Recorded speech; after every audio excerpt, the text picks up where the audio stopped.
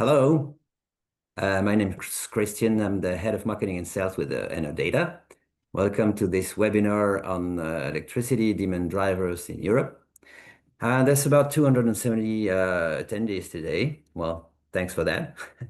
The webinar will be lasting about an hour, approximately 45 minutes for presentation and 15 minutes for Q&A. So you may ask your questions all across the webinar using the Q&A chat bot in the interface, and we'll be answering the questions at the end of the webinar. Right, next slide, please. So first, let's start with a few words about Data. So in short, we're science-based. We're initially spin-off of a research center, but we've been totally independent since then. We're about 80 people, mostly based out of Grenoble, our headquarters. We also have an office in Paris and another office in Singapore. And mostly we are composed of analysts, economists, and consultants and experts. Next slide, please. So our core expertise lies in the statistics, the modeling, the intelligence as well, and of course expertise in energy fields, and I would say energy and climate, and energy related climate, which is the emissions that that are made by energy consumption. Well, this is in a nutshell. Next slide, please. So yeah, the issue, as you know, is that as electrification is a key lever in terms of decarbonization, is still kind of sluggish. And the questions are why? So we need to analyze the drivers of electricity demand. So first, we're going to delve into the industry sector, and then into data centers, which, as you know, is encounters an exponential growth. And also, we're going to take a look at other sectors, and then it will be followed by the Q&A session. So please welcome Jacques Desprez, who's our senior energy modeling analyst and who's going to present you this webinar. Jacques, the floor is yours. Hi, thank you, Christian. Hi, everybody. Welcome to this webinar on the drivers of electricity consumption. So let me jump in and start the analysis, right? First, let's remind everybody that electricity is a very crucial energy vector for the energy transition because it brings a lot of efficiency, and decarbonization is usually made through renewable electricity. So there is a very high level of expectation on the development of electricity. However, in the recent historical data, we observe that electricity consumption is relatively stable, and we do not observe the break-in trend that would be necessary to meet the climate objectives. For example, the IEA had projections in light blue from last year of the growth of electricity demand in the European Union, and the adjustments of this year are a drop of about 1 percentage point growth for 2025. And the actual data for last year also shows a drop compared to the expectations. So globally, it's quite difficult to make those estimates, and we are working hard on it at Data. Here is a different perspective with the description of the electrification rate per sector for Europe. Today, we stand at 21.6% of the energy consumed in final energy, that is electricity, in 2023. And it is growing, but very slowly. You see the orange bars are 1990 and 2023. So it's about 1.5 percentage point per decade.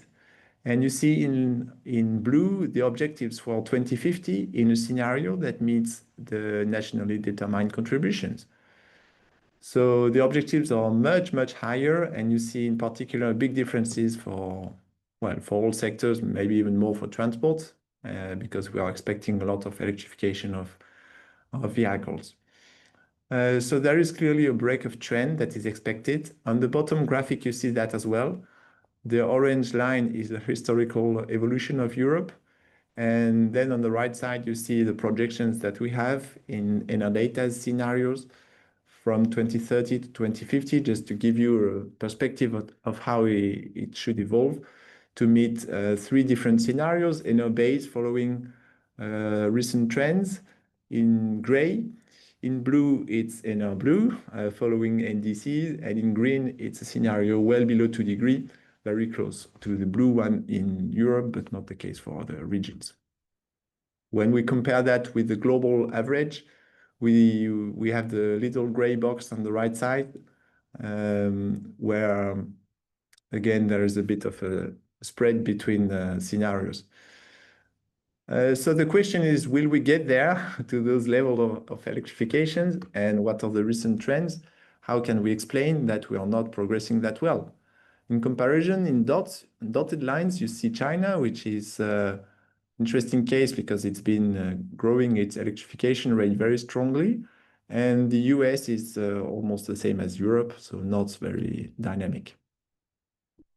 Well, actually, let's see a bit more how it shows the evolution of electricity demand in the y-axis and the GDP on the x-axis. You see that globally, for about 20, 25 years, from 1990 to 2015, or a bit below, a bit before, there has been a relatively constant relation between both, and then a stabilization, and then a small decrease of the trend. So this means that GDP keeps growing, but electricity demand decreases. If we compare Europe with the other regions that I had chosen before, we see that China is still on its very dynamic perspective of increasing demand of electricity with GDP. And the US is following a similar trend, but growing much faster as GDP than Europe, and also growing slightly electricity demand recently. So I think we'll come back to that when we talk about data centers later on. Here on the right side is a similar analysis, but linking the annual electricity evolution. We see so here it's in terawatt hours. You see the dotted lines is the global difference of electricity consumption. Most of it is due to China in dark orange, and US and EU are quite stable. If we analyze what is this electricity demand, we see a lot in industry, in services, and in households, right? Transport is very small for now. So now that we have a good idea of what's the share, about 1/3 each, what is the evolution of each of those sectors? Well, in yellow here, you see how it had evolved for 11 years, from 2010 to 2021. Very minimal changes in terawatt hours. On general, on the total, it's a decrease of a bit less than 20 terawatt hours. And this is composed of an increase for households and a decrease for the energy sector, services, and industry. So overall, quite stable. And in the 2 years after that, due to the energy crisis in Europe, we see a sharp decrease in electricity consumption, mostly from industry. Industry is minus 104 terawatt hours, and on total, it's minus 138. Also a bit of savings in households. The transport sector starts to increase a bit its consumption of electricity thanks to the development of EVs. So this is why we'll have a big focus first on industry, since it's a huge driver of electricity decrease in the last 2-3 years. In 2024, so this is not included in this analysis, but 2024 has been relatively stable. No big change for this, but it still remains a big component.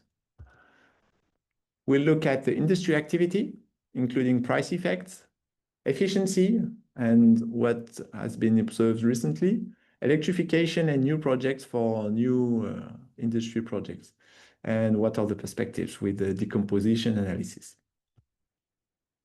So first, the main drivers of electricity demand in industry. Well, those are the lines for electricity used in the European industry. In blue, you see the electricity demand, and in orange on the right axis, you see the share of electricity.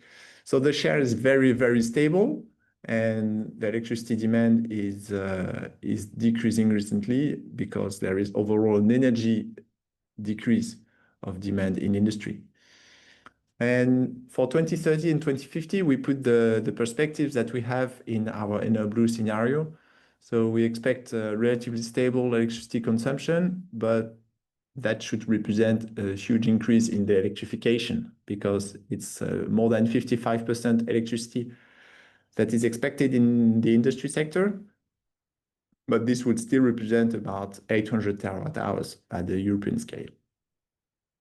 So what we expect, of course, is a decrease of all other energy sources. So the drivers here are economic activity, which we can decompose into industrial policies and also energy price impact.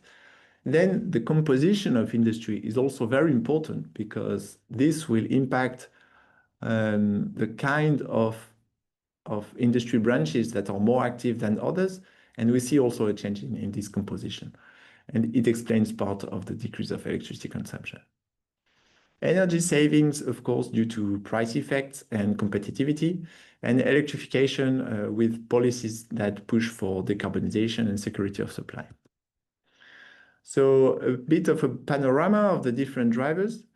The EU industry production, the activity is going to decrease if there is fierce competition, if there is high inflation or high energy prices, and if there is economic uncertainty, for example, tariffs and trade, these kind of impacts are quite negative. On the opposite, we have positive impacts that would increase the European activity of the industry sector, partly through the same kind of commercial tensions, because we could expect also an increase of industry in Europe due to those tensions that would serve the local market. Also, the access to EU markets would be an argument for territorial attractivity with the links with the supply chain and the access to the market for local consumers because Europe has a high purchasing power. European regulations are big drivers as well through the carbon border adjustment mechanism and also other directives that push for more transparency and sustainability. And decarbonization policies, of course, are also a good driver since the European electricity grid, for example, is quite decarbonized. This is an overview of the recent policies at the European scale. Of course, we can cite the European Green Deal, and since then we have been seeing a lot of other policies that are also pushing for more clean industry. The latest is the Clean Industrial Deal from this year, focusing on automotive, steel, metals, and chemicals. We expect also at the end of the year another Industrial Decarbonization Accelerator Act, and the start of CBAM is getting even closer. So this should help in accelerating permits for clean energy infrastructure and also for clean industry. There are also some taxation policies that play a role in this evolution of electricity consumption. So the policies are listed above, and they should push to reshore the industry within EU and decarbonize by favoring electricity. So those would push for a difference in taxes, VAT, and differences in the carbon content of the fuel that are used, etc. So, for example, in France, we have a policy at the moment that is focusing on the 50 most emitting sites to sign an agreement with the French government to reduce their emissions by 50% by 2032. So this should help a lot in the electrification and in the carbon and the climate objectives. For example, about a quarter of emission reductions by 2030 in the draft national plan is supposed to be due to electrification. And when we add indirect electrification, meaning also a hydrogen role, in steel and so on, it would jump to about 40% of the emission reduction. In Germany, we have also a new industry strategy from 2023 that would accelerate the expansion of renewables and electricity with the decarbonization package for industry. What is interesting is that this decarbonization is not just increasing electricity and decreasing fossil fuels, it's also decreasing the overall envelope with efficiency objectives. So the resulting consequence in terms of electricity demand is not so evident. It's supposed to be around 90 terawatt hours added by 2037. But it depends a bit on the efficiency objectives. For France, we expect about 48 terawatt hours added by 2030 for industry, and 2/3 are due to those 50 sites, most emitting sites. The reshoring potential has many factors, and I tried to list them here.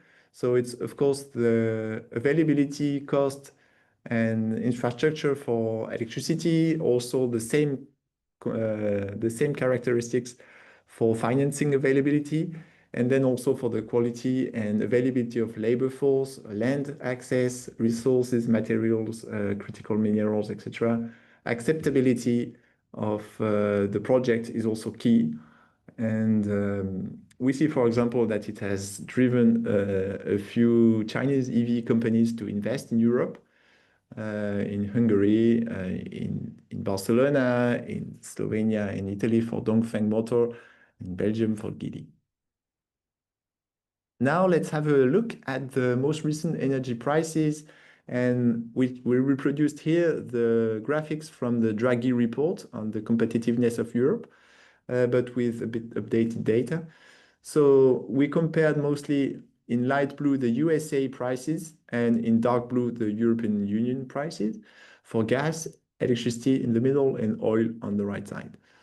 And the graphic is showing a big increase of the gap through the energy crisis, but also a reduction in recent months. And so it could help a bit the competitivity of Europe.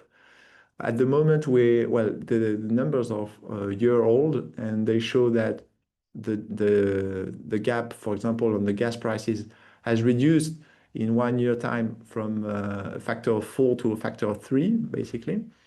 And for electricity prices, it's now only a factor of 2, if I can say, and for oil prices as well.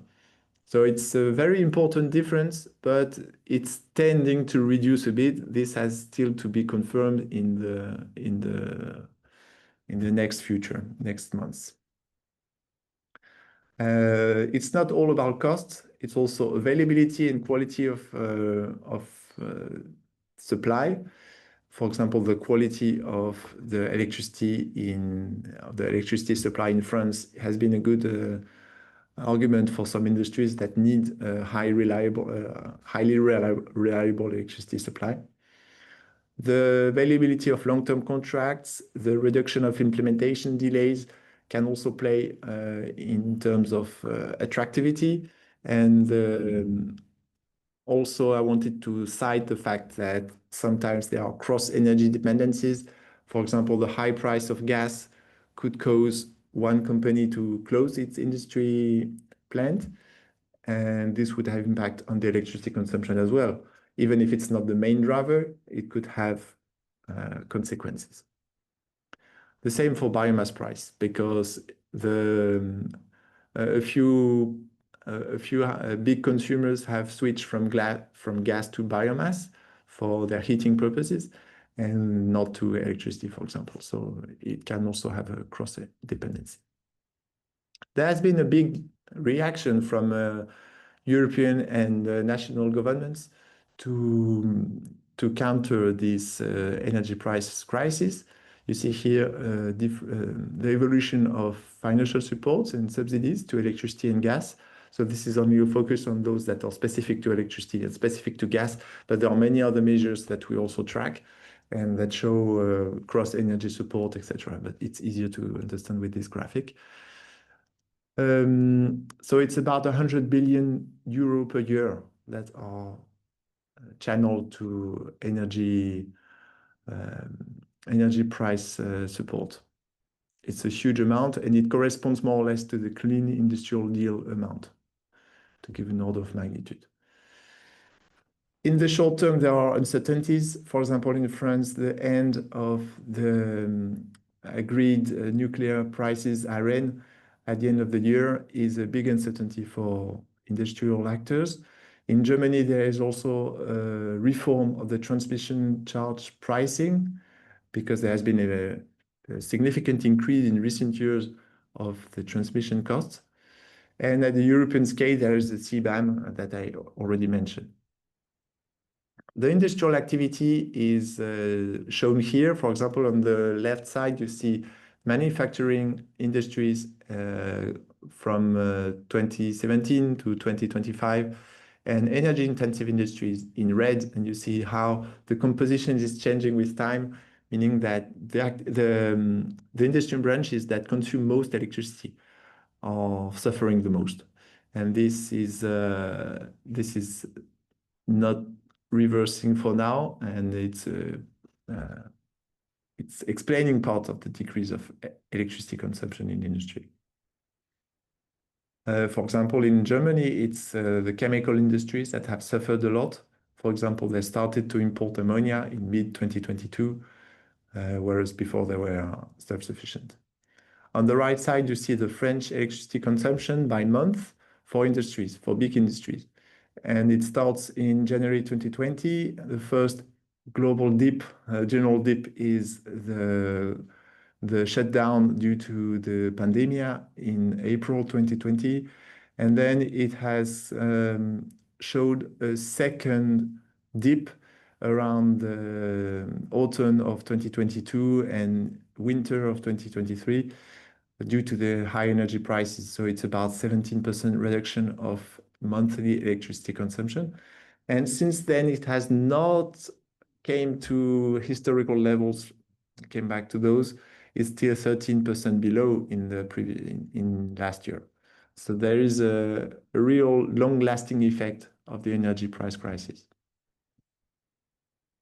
Now, if we look at efficiency efforts, we made a decomposition analysis of all the components of electricity demand with our database, Odyssey, and we isolated those effects. And when we look at efficiency, we see that there is a continuous effort over time, but it has improved dramatically over the last 4 or 5 years with this energy price crisis, which has motivated a lot of the industries to reduce their electricity consumption per service provided.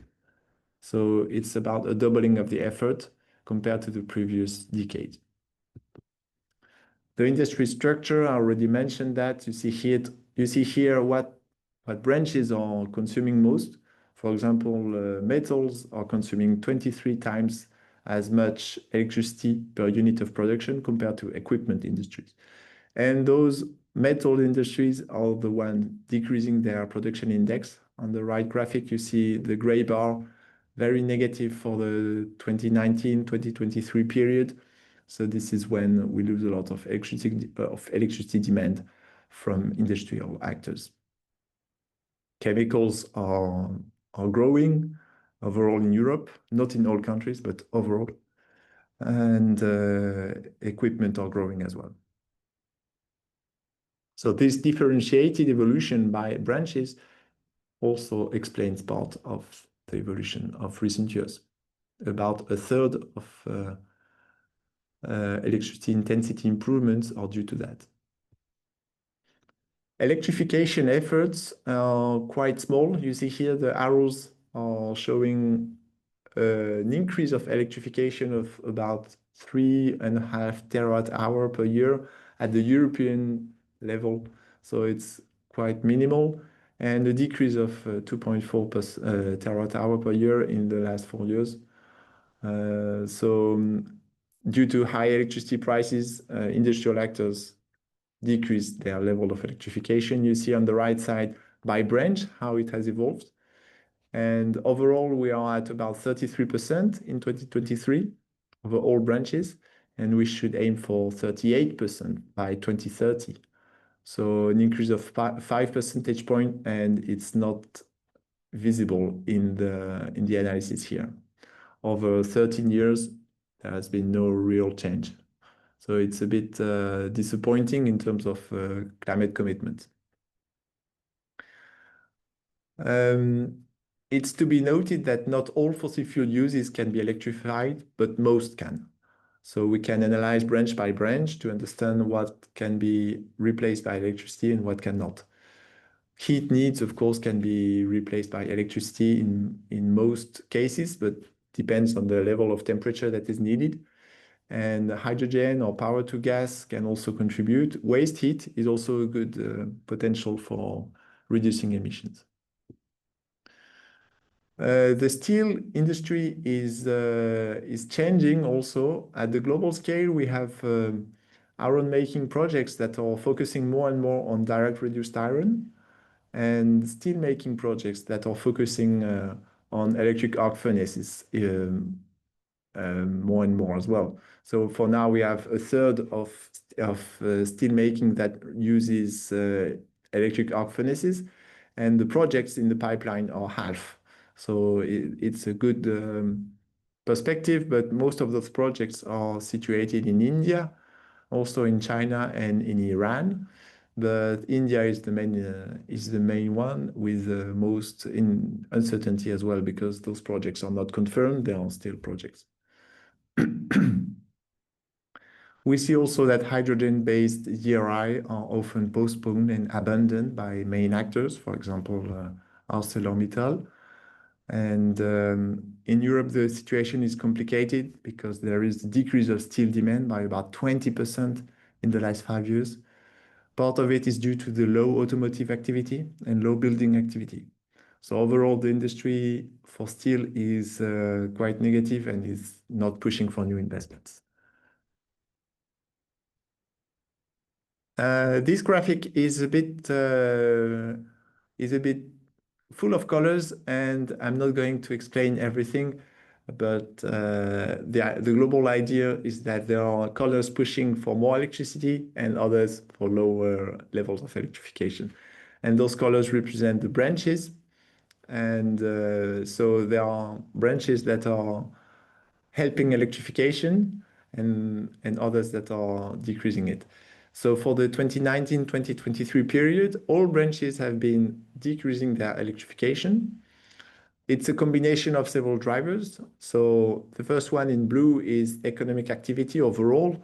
We have a big decrease of economic activity from the previous decade. And then we see by industry structure and due to energy savings and electrification efforts, how each branch has contributed to the different drivers. So this is the result of the decomposition analysis where we put everything together, but I presented most of it in the previous slides. So the biggest evolution is due to the economic context, that is clear.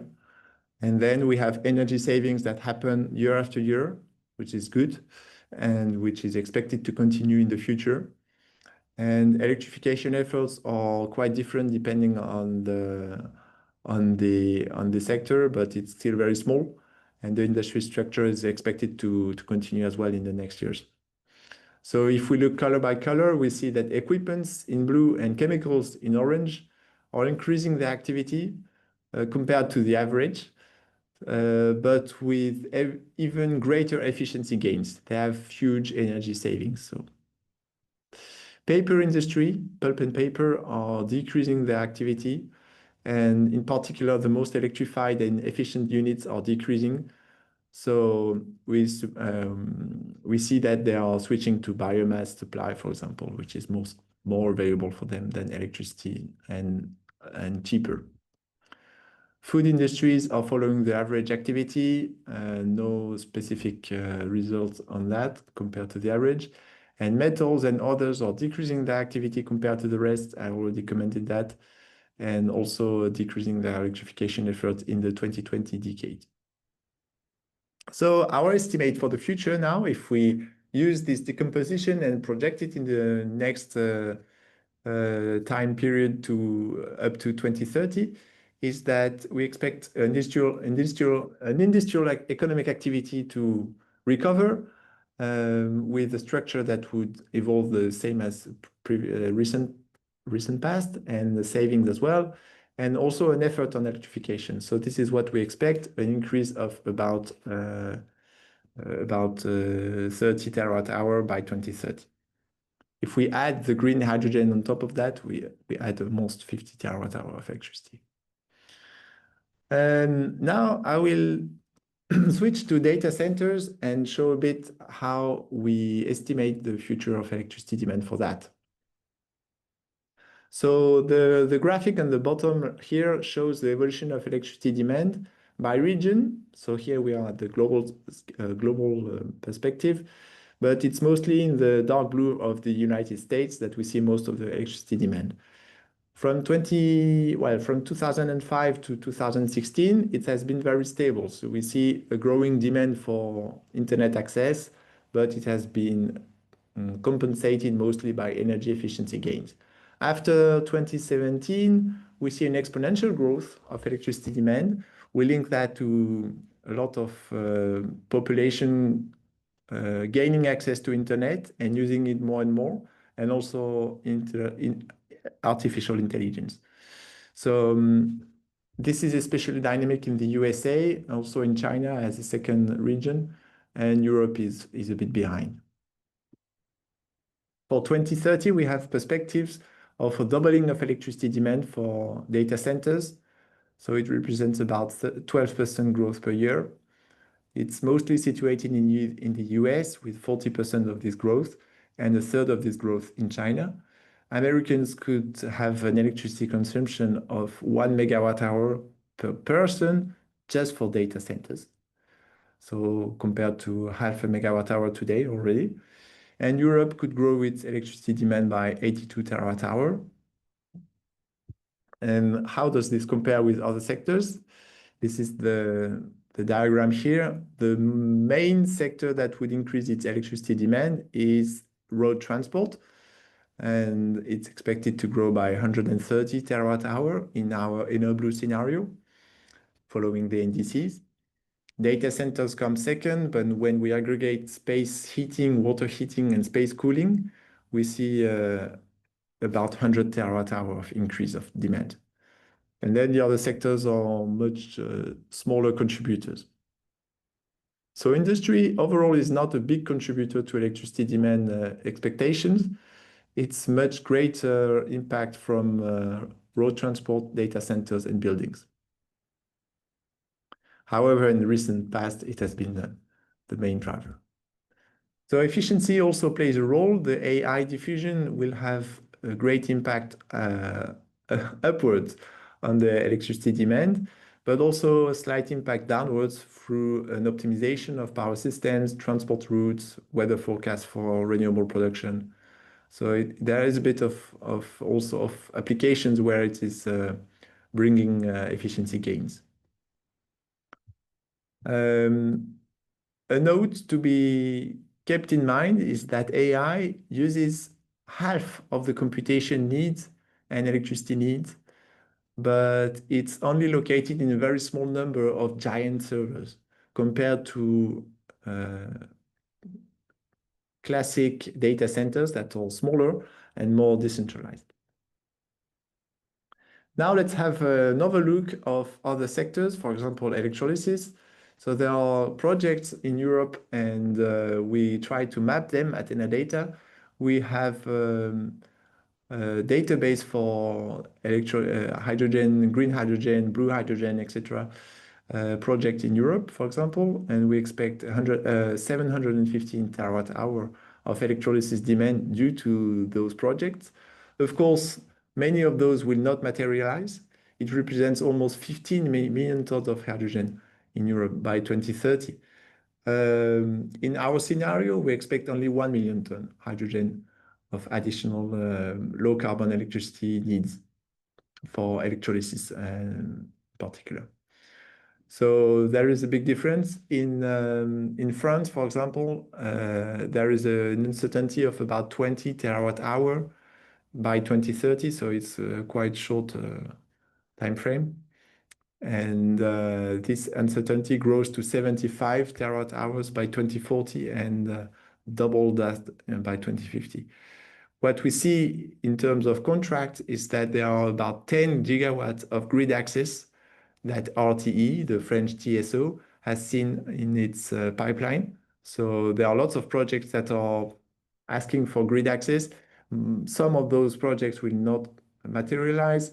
Some of those grid access are redundant because they make several demand just in case.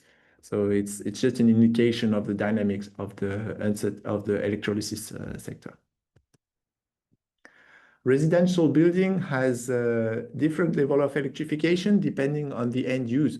So heating is very is a lot dominated by fossil fuels still, and electricity is only about 5% at the European scale. Water heating about 20%, and cooking about 50%. There is a growing role for electricity demand in buildings due to appliances, AC as well. Electricity is still quite slow in space and water heating, but there is a high potential with heat pumps. So you see here the numbers for a few countries, how they situate in this scale. Also, well, the development of heat pumps, as I was mentioning it, is very dependent on the price ratios between electricity and gas prices per country. So we have also an analysis on that at Enerdata. If you're interested, just keep in touch. The purchase barrier seems high for many actors. The public support is essential through regulations, but also subsidies and relative taxation policies. As I was mentioning at the beginning, there are policies at the European scale that are supposed to modify this relative taxation between high carbon content and low carbon content energy vectors. Electrification of buildings is expected through heating and cooling and appliances, but there is also a role for insulation and renovation works. In France, it's 60% of new buildings that have a heat pump, and new buildings are not the only one. In Nordic countries, it's a lot of the stock that is already equipped with heat pumps in Sweden, Finland, and also Denmark. You see about half of the stock that is heated through heat pumps. There are also evolutions in terms of the composition of the stock. So dwellings with very low energy performance are phasing out and being renovated. So there is here you see a picture of the energy performance certificates up to 2050 that we have drawn through with our models. All right, a short overview of transport. We can come back to it if you want in the question and answer session. So what we see mostly is that there is a relatively good coincidence between the sales of passenger cars, electric passenger cars, and the objectives for 2030. So if we take into account the development of future sales and the development of the integration of sales into the stock progressively, we can expect to follow more or less the objectives of passenger car electrification. However, for light trucks and heavy trucks, there is a big gap between the objectives and what is being done at the moment, with only 5% of trucks that are electrified in the sales. And we have an objective of the fleet being about 16 to 19% electrified in 5 years. So here we see a big gap, and it should be addressed quickly to meet the climate objectives. On the bottom graphic, you see the European road transport electricity demand. So there is a huge jump from 2023 to 2030 by a factor of 6, and again a factor of 3 in the next 20 years. So as a summary, I would like to remind you of our analysis of the industrial sector being the most important cause for the recent electricity demand drop in Europe. However, by 2030, it would stay relatively stable with compensation between an increased activity and electrification and mostly efficiency efforts. The EV role is very big, and the buildings also should increase their electricity demand a lot. This will be crucial to look in the next months and years. Data centers are an interesting growth area as well, with lots of uncertainty as well as in the hydrogen sector. In total, we expect about 300 terawatt-hour increase of electricity demand in Europe by 2030. The key takeaways is that the uncertainties on prices are huge, and it's a sector to look very carefully. And there are lots of impacts on activity. The risks are also quite important. The uncertainty on green investments, electrolysis, and data centers are important. And the electrification is going to be the main driver for mobility, heating, and cooling before data centers or industry. The open questions that I have here for you today is what is the social support for electrification in everyday life? And is the investment step to bring those new electrified equipment affordable and manageable and accepted socially? The next question is what will be the impact of CBAM or deglobalization or change of economic interactions between big countries and blocks? And the third one is, will the production of electricity and the grid and its flexibility follow the demand? So thank you for listening. Yeah, Jacques, thanks very much for the insightful analysis, and the timing is perfect. You're a perfect timekeeper. And yeah, there's lots of challenges ahead. So now it's time for the Q&A. So if you want to take them on, Jacques, you had a few questions here. All right, yeah. Thank you for asking questions in the chat. Don't hesitate to post more. I see here a question on data centers. Are they included in services? Yes, they are. It's in the appliances of services. At the moment, it's not shown separately in the graphics, but it is. What kind of electrification do we expect in services? Well, partly data center electrification or the increase of production. I think the graphics here show mostly residential, but we have indeed the same analysis for, it was mostly for residential. We have also the same analysis for services. It's very similar, so I did not put both, also to spare you from another round of numbers. Another question was asked on the oil price and how it has evolved. Apparently, the oil price today is half of what it was in 2007. Gas is about the same. Well, it depends a lot on the region, but yeah. Is the average price of electricity over the same period? How does it evolve? Well, I can try to show again the graphics for EU industry specifically.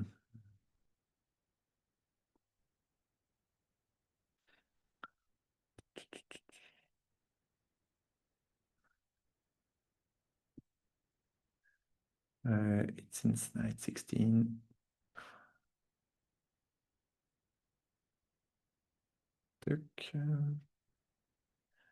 Just 1 second, I'm going to navigate through the slides quickly.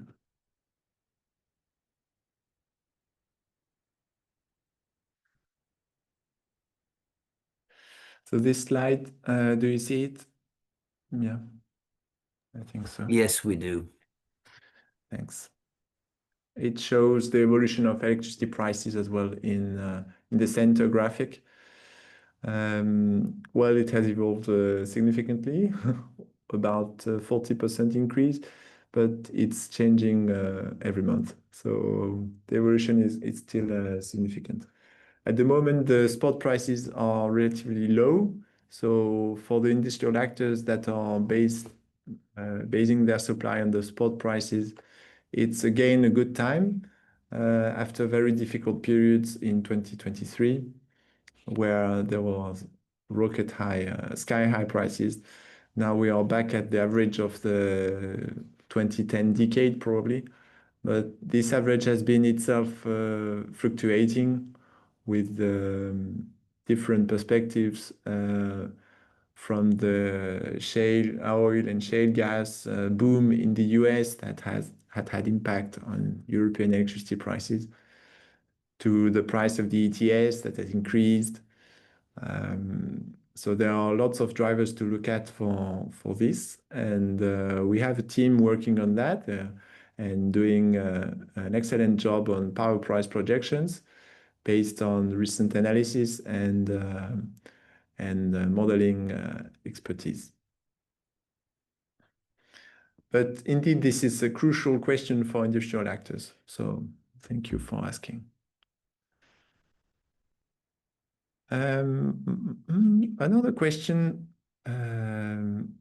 Yeah, the overall expectation of 300 terawatt hour increase of electricity demand is overall over the European Union, all sectors combined. What's the future influence of electric vehicles? This is something I showed at the end. Maybe the question came before. Did you want to?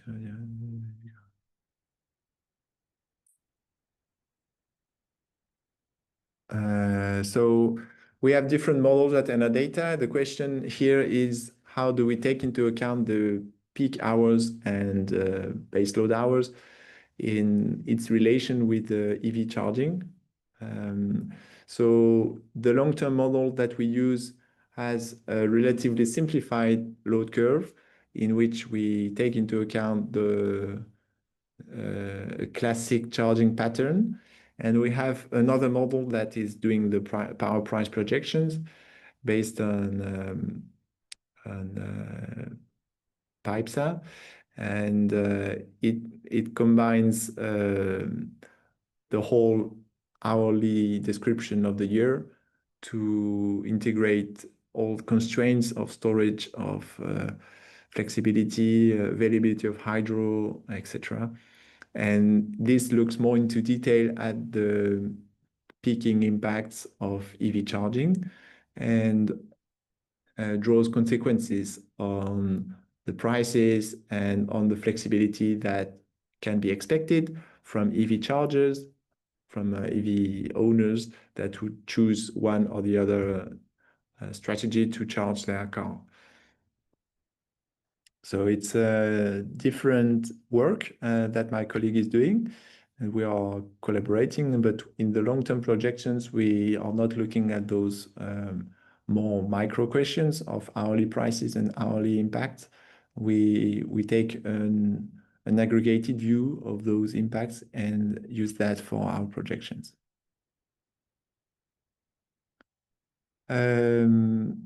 Okay, I see questions specific to some countries, so I will answer in private after the end of the call, the webinar, so that I can look for the specific numbers. What's the expectation? The share of biomass. Well, thank you for your question. In general, we expect biomass to increase, but relatively slowly compared to wind and solar. So I can share numbers in particular after the webinar.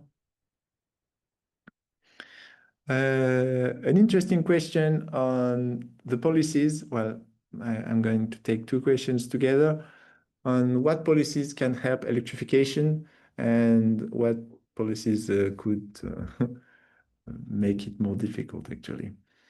So here, up,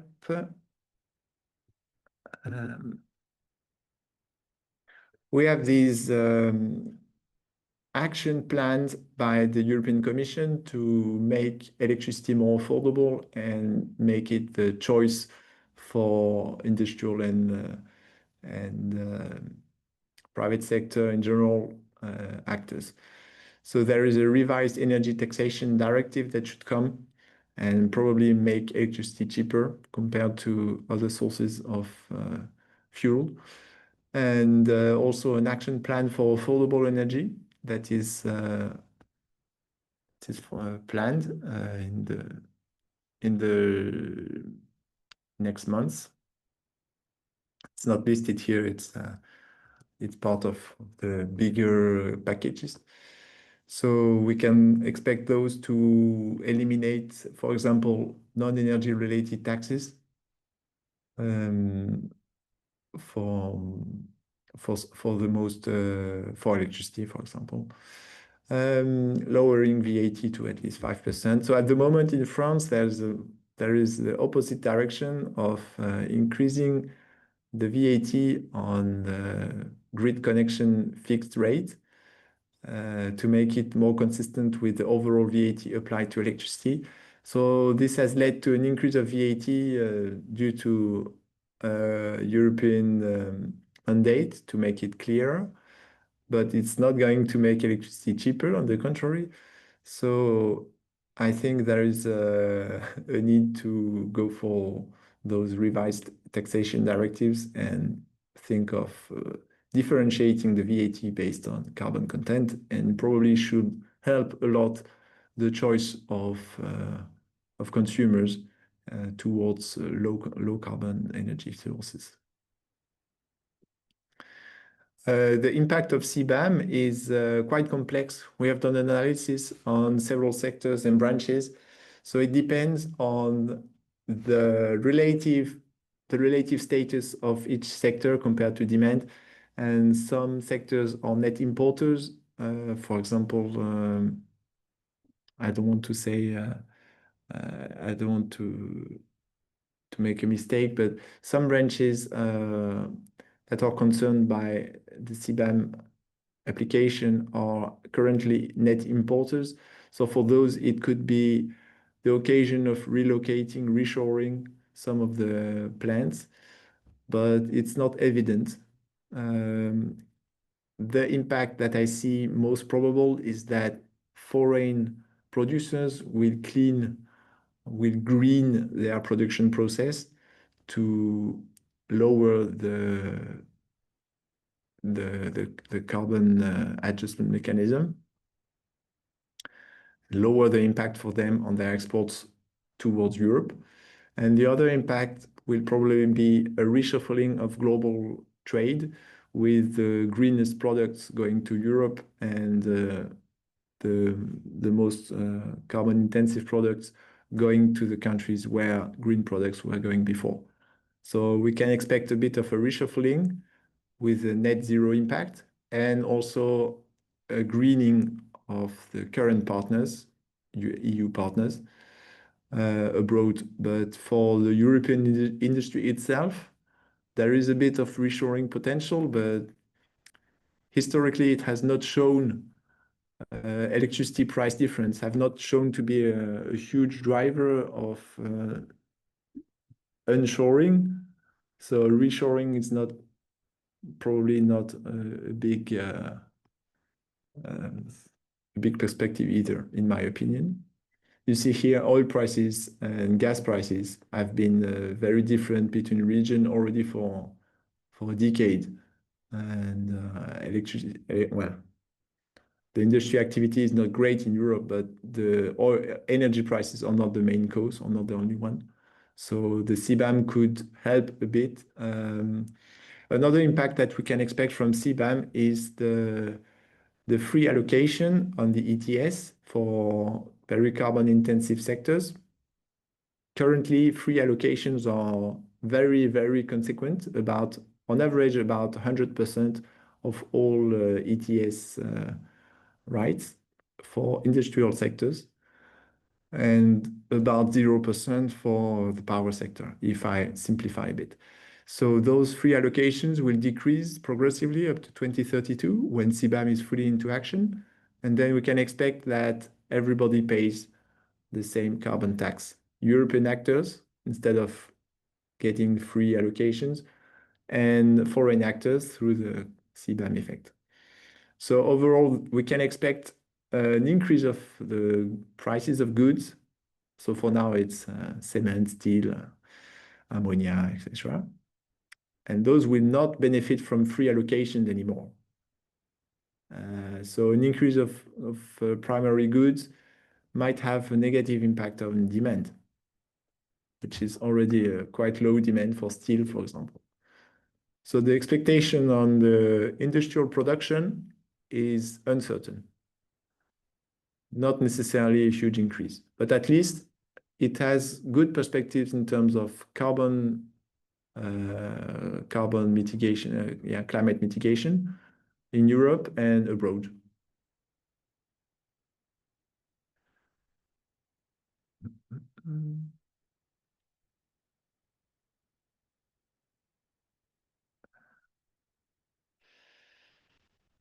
So we have perspectives on the demand for data center electricity consumption, yes, and how do you think they will respond to this demand? I'm not So, sure I understand. Jacques, maybe that would be the last question to take on. So yeah, just shortly for the data centers, we have indeed projections now in our NR Future annual publication, which include data centers by region, and the North American region is represented. So you can access that if you are a subscriber. And I see a question on the expected role for hydrogen. It is not going to be as big as wind and solar, far from that, very far from that. But there are uncertainty on the potential for electrolysis, but it's two different things. The role of hydrogen in final demand is going to stay low for most sectors. And for a few sectors, it can play a big role, like for steel sector to allow hydrogen-based direct reduced iron. But the electricity demand for hydrogen production is going to increase because it takes a lot of electricity to produce a bit of hydrogen. So those increase in electricity demand are relatively big, as I explained at the end of the presentation. And you can look at them again when you get access to the slides in the coming hours. Thank you, everybody, to your questions. For those that I did not have the time to answer, we will get in contact in direct. So you can expect a mail from us. And for everyone, you will have access to the replay of this webinar today or tomorrow on YouTube. Well, thanks very much, Jacques. So yeah, exactly. So everyone will be receiving this presentation by email by tomorrow, and then can replay it, no problem. And as Jacques mentioned, if you need to get to the detailed data, it is available on the data platform. So both, the outputs of the pulse model in the NF Future service, and also the power price projections with hourly prices forecast. So this is both available on our platform for subscribers, and you can either drop us an email to research@anadata.net, or view our website anadata.net if you want more information. So thanks very much for your attention today, and we look forward to welcoming you again for next webinar. Bye-bye. Thank you. Bye.